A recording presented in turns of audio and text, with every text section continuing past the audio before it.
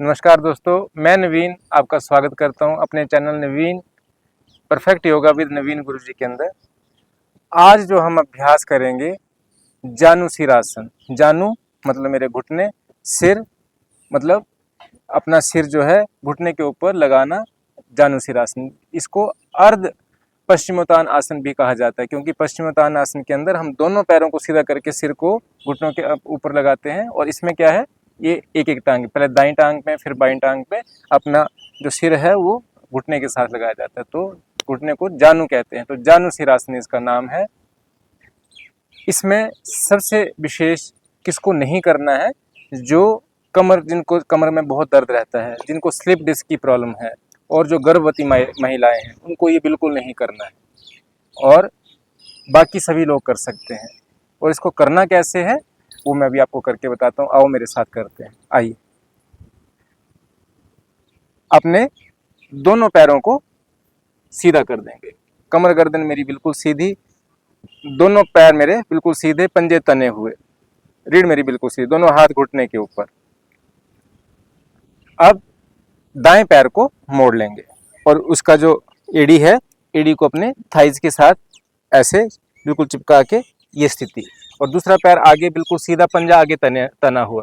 अब दोनों हाथ मेरे जो है वो घुटने के ऊपर।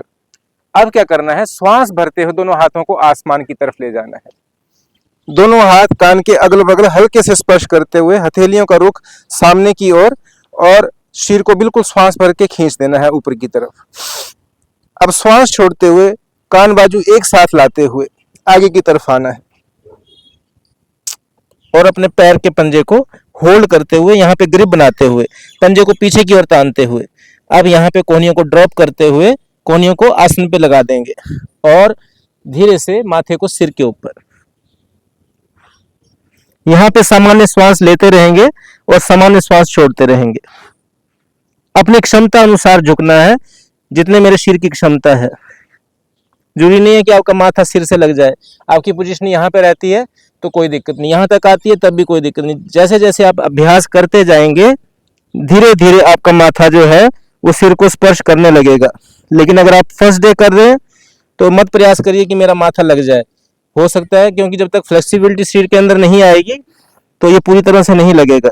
तो इसलिए आपने इसका ध्यान रखना है कि पहले ही दिन ये प्रयास नहीं करना है कि माथा घुटने के साथ लग जाए। सिर्फ मेरे को प्रयास करना है, अगर आपका हाथ यहाँ तक भी नहीं पहुंचता है तो हाथों को ऐसे रखिए, और फिर धीरे धीरे प्रयास करिए नीचे जाने का, और फिर धीरे धीरे इसको होल्ड करिए, पंजे को अपनी ओर खींच के रखना है, और माथे को घुटने के साथ। अब देखिए, स्वयं आप महसूस करेंगे कहाँ कहाँ इसका प्रभाव पड़ रहा है।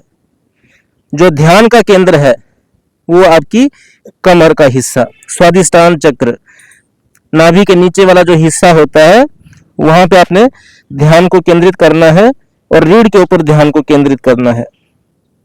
अब श्वास भरते हुए धीरे धीरे दोनों हाथ, और श्वास छोड़ते हुए दाएं बाएं से हाथों को खींच तान के लाते हुए धीरे धीरे वापस आते जाएं। ये आपने दाएं पैर को मोड़ते हुए किया। इसी तरह से आपने दाएं पैर को सीधा कर देना है और बाएं पैर को मोड़ लेना है। आपने बायां पैर मोड़ लिया। अब दोनों हाथ दाएं घुटने के ऊपर, पैर का पंजा जो है आगे की तरफ तना हुआ, रीढ़ मेरी बिल्कुल सीधी। तो इसी को हम अब दूसरे पैर से करेंगे। दोनों हाथ घुटने के ऊपर रख लेंगे, पैर का जो पंजा है वो आगे तना हुआ, ये पोस्चर, रीढ़ मेरी बिल्कुल सीधी, दोनों हाथ घुटने के ऊपर। अब श्वास भरते दोनों हाथों को ऊपर ले जाना है, और दोनों हाथ कान के अगल बगल हल्के से स्पर्श कर जाएं, हथेलियां बिल्कुल सामने, और हाथों को खींच देना आसमान की तरफ। अब इसी तनी हुई अवस्था में श्वास छोड़ते हुए धीरे धीरे कान बाजू एक साथ लाते हुए अपने पैर के पंजे को पकड़ लेंगे, यहाँ पे होल्ड कर लेंगे, दोनों हाथों की ग्रिप बना के। अब धीरे धीरे यहाँ पे कोहनियों को ड्रॉप करेंगे, कोहनियों को आसन पे रख देंगे, और फिर धीरे से माथे को आसन पे, माथे को घुटने के साथ स्पर्श कर देंगे, पंजे को पीछे की तरफ खींच लेंगे। यहाँ पे मेरा घुटना जो है वो ऊपर नहीं उठना चाहिए, घुटना जो जमीन के साथ सटा हुआ।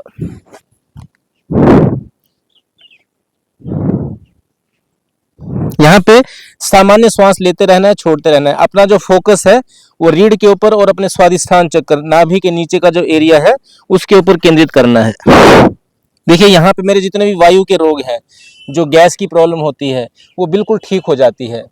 और मेरी जो आंतें हैं, क्योंकि यहाँ पे खिंचाव कहाँ पड़ रहा है, आपकी आंतों के ऊपर, जो आपकी आंतें हैं वो स्वस्थ बनेंगी, रीढ़ लचीली बनेगी, और जो टांगों की मांसपेशियां हैं, घुटनों की दर्द है या टखनों का दर्द है, वो बिल्कुल ठीक होता चला जाएगा। इसकी जो मांसपेशियां हैं वो सुदृढ़ बनती है, इसके जो दोष होंगे वो सब दूर हो जाएंगे। जांघों का, कमर का जो मांसपेशियां हैं और घुटनों और टखनों के जो दोष हैं वो समस्त ठीक होते चले जाएंगे, एक छोटी सी क्रिया के द्वारा।